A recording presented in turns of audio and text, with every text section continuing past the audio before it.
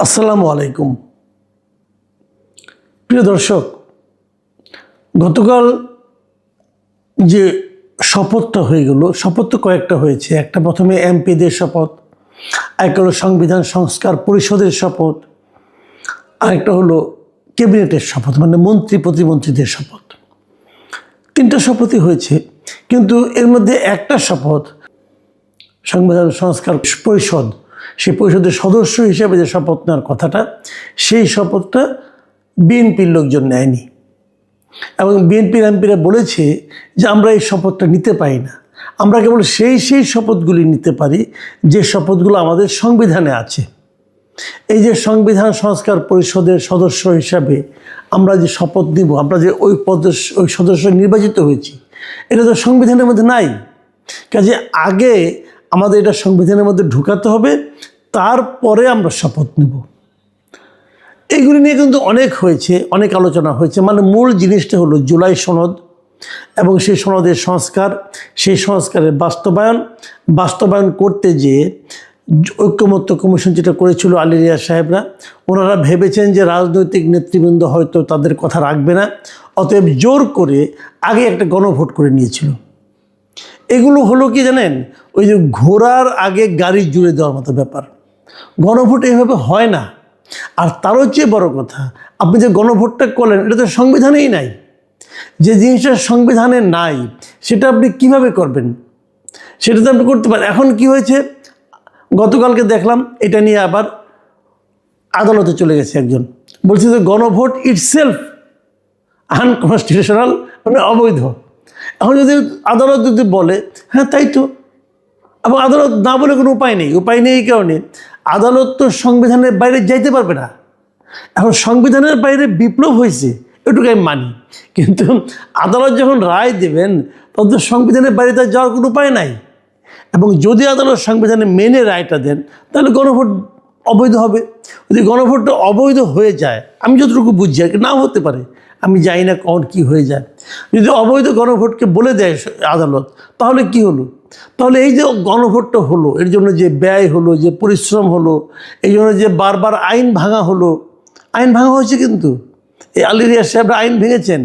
এই গণভোটে ভোটের পক্ষে তারা ভোট চেয়েছেন এবং সরকারি কর্মকর্তা কর্মচারীদের সেই ভোট চাইতে ওনারা বাধ্য করেছেন, এবং বাধ্য করার মাধ্যমে প্রত্যেকটা সরকারি কর্মকর্তাকে ওনারা আইন ভাঙার কাজে বাধ্য করেছেন। হয়েছে, বিপুল অর্থ ব্যয় হয়েছে। তো এই সবই যদি অবৈধ হয়, তাহলে অবৈধ এই কাজটা যারা উদ্যোগ নিয়ে যারা শুরু করলো, মানে প্রধান উপদেষ্টাতে একটা ভাষণ দিয়ে শুরু করছিল গণভোট হবে, তো তাদের সবাইকে তখন ক্ষতিপূরণ আদায় করা উচিত তাদের সবার কাছ থেকে। ভাই জনগণের টাকা, এটা আপনার বাপের টাকা তো না ভাই, আপনি আমাদের টাকাগুলি দিয়ে অপচয় করলেন কেন? যে কাজটা করবেন সেটাকে জেনে নেন, বুঝে নেন, আইনের পরামর্শ নিয়ে নেন, সুপ্রিম কোর্টের রেফারেন্স নিয়ে করতেন কাজগুলো। আপনারা নিজেরাই সব জানতা। আলী রিয়াজ সাহেব একজন আসছিল, সব জানতা, তো সব জানতে এখন তো ধরা খেয়েছি। যে কাজটা নাকি আজকে বিএনপি করেছে, এটা করাতে কি হলো? এটা করাতে যেটা হলো যে জুলাই সনদ বাস্তবায়নে যে কাজটা ছিল সেটা কিন্তু ঝুলে গেল। দেখেন এখন ঘটনাটা কী দাঁড়ালো। কতগুলি জিনিস, এগুলি একদম হিসেব মিলাইতে পারবেন না ভাই। আওলা যখন বাজে না তখন এরকমই বাজে। এখন কি হলো, মানে 212 জন লোক তারা সংবিধান সংস্কার পরিষদের সদস্য হিসাবে শপথ নিল না, বুঝছেন? 212 জন, আরও বেশি। এমন রুমিন ফারহানাতের একজন মেম্বার আছে, উনিও তো নেন নাই, উনি তো স্বতন্ত্র, উনিও শপথ নেন নাই। তাহলে এখন শপথ নিল কারা? শপথ দিল 100-রও কম লোক। ধরেন আপনার 88 জন লোক অথবা 80 জন লোক, এরা নিল শপথ, তাও সবাই নেয় নাই, স্বতন্ত্ররা সম্ভবত নেয় নাই। তাহলে এই যে যারা নিল, এখন এরা নিয়ে কি করবে? এরা কিন্তু এখন তাহলে সংবিধান সংস্কার পরিষদের সদস্য হইল, তারা কি সংবিধান সংস্কার নিজেরাই করতে বসে যাবে এই কয়জন মিলে? এটা হবে? তাহলে সংবিধান সংস্কার পরিষদের মেম্বার কয়জন হবে? কেউ তো বলে দেয় না কয়জন হবে। এটা হলো একটা দিক। দ্বিতীয় দিকটা হলো, যে জিনিসটাকে বেআইনি বলে, অসাংবিধানিক বলে বিএনপির এমপিরা বয়কট করলো, মানে করলো না, যে এটা আমি করবো না, এটা করার কোনো উপায়ই নাই। তো সেই শপথ আবার অন্যদেরকে সিইসি পরিচালনা করলো কেমকিরা। যে শপথটা অনৈতিক এবং অথবা অসাংবিধানিক বলে একটা মানে আপনার এমপিদের একটা বড় অংশ মানে 2/3 বেশি অংশ করলো না, বলে এটা করা যাবে না, এটা বেআইনি হবে, এটা অসাংবিধানিক হবে। তো সেই অসাংবিধানিক কাজের শপথটা সিইসি কীভাবে পড়ালেন? এই সমস্যাটার সমাধান কি কেউ করেছেন? কেউ ভেবেছেন এভাবে?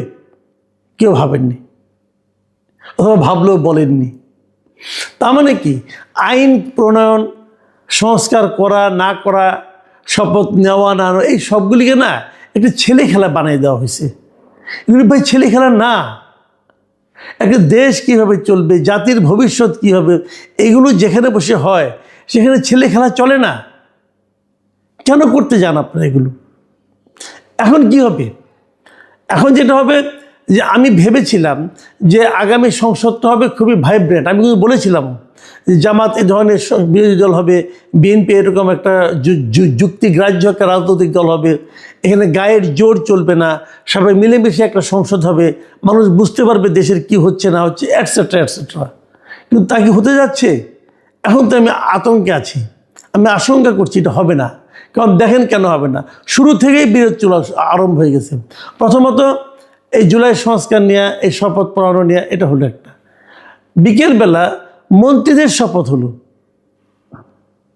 সেই অনুষ্ঠানে জামাতের লোকজন গেলেন না, এনসিপি লোকজন গেলেন না। মানে কি বয়কট? এই বয়কটের রাজনীতি আবার শুরু হয়ে গেল। সকালে যেটা বিএনপি ভুলটা করেছে, অথবা শুদ্ধ করে ওনারা মনে করছেন ভুল করেছে, আমার বিবেচনায় কিন্তু বিএনপি কোনো ভুল করেনি। আমি মনে করি বিএনপি যা করেছে সাংবিধানিকভাবে ঠিকই আছে, ওদের লজিক ঠিক আছে। বাট জামাত এনসিপি মনে করছে বিএনপি ভুল করেছে। ঠিক আছে, জামাত এনসিপিকে আমি বলি যে ভুল যদি হয়, ওই ভুলের কারণে আপনার পরের অনুষ্ঠানটা বয়কট করলেন কেন? আপনারা যদি পরের অনুষ্ঠানে যেতেন তাহলে অনুষ্ঠানের সৌন্দর্যটা বাড়তো না? কারণ সৌন্দর্য দিয়ে কাজ হবে না, মানলাম, কিন্তু আপনারা যে একসঙ্গে কাজ করতে চান দেশ গঠনের ক্ষেত্রে, সেটার তো একটা নমুনা আমরা দেখতে পারতাম। ভাই আমাদের সাধারণ মানুষের ইটা কি, আকাঙ্ক্ষাটা কি? আমরা তো ওই অনুষ্ঠানে যাব না, আমাদের দেওয়া তো হবে না, কেউ করবে না, সেটা ব্যাপার না। কিন্তু আমরা তো চাই যে যাদেরকে আমরা ভোট দিয়ে পাঠাইলাম তারা তাদের মধ্যে যে কোনো একটা ইস্যু নিয়ে মুখ দেখা দেখি বন্ধ করে দিবে, তার বাসায় যাবে না, ওই দাওয়াতে থাকবে না, এটা কেন? এটা তো আমরা চাইনি। এবং এরপর কি হবে আপনারা আগামীতে নিশ্চিন্ত থাকেন।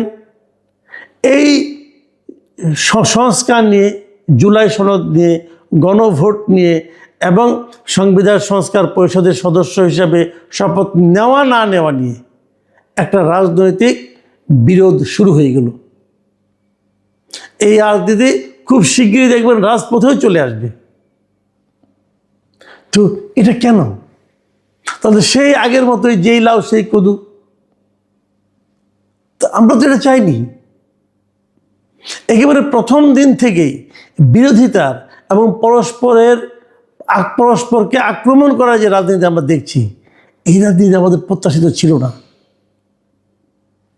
আমরা আশা করব যে আগামী দিনগুলোতে আপনারা ভেবে চিন্তে কাজ করবেন। আমরা যাদেরকে আমরা ভোট দিয়ে পাঠিয়েছি তাদের আচার আচরণ, কর্মকাণ্ড, চিন্তা ভাবনার ব্যাপারে কিন্তু আমরা আশাবাদী হতে চাই। কতটুকু হতে পারবো